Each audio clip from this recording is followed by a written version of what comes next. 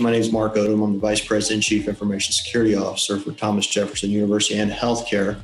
We are a 34,000 plus employee environment today, 14 hospitals and 2 universities in heavy M&A activity over the last several years that will, by the end of the year, take us to an expected 17 hospitals, 2 universities, and a health plan being added to our accounts. We really must maintain a high level of agility.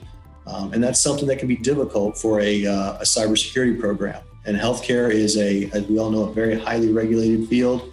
Higher education is one about being very collaborative. So those are challenges we face day in, day out. And balancing those really requires us to have a good handle on our risk, a strong understanding of our environment.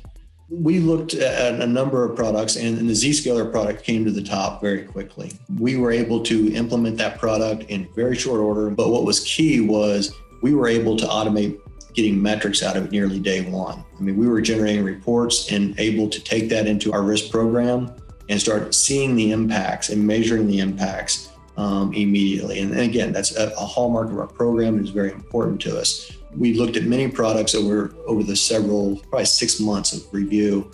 And that was a key success factor that we had identified early, that we must be able to spin up quickly and maintain agility. And we felt we were able to do that with the Zscaler product.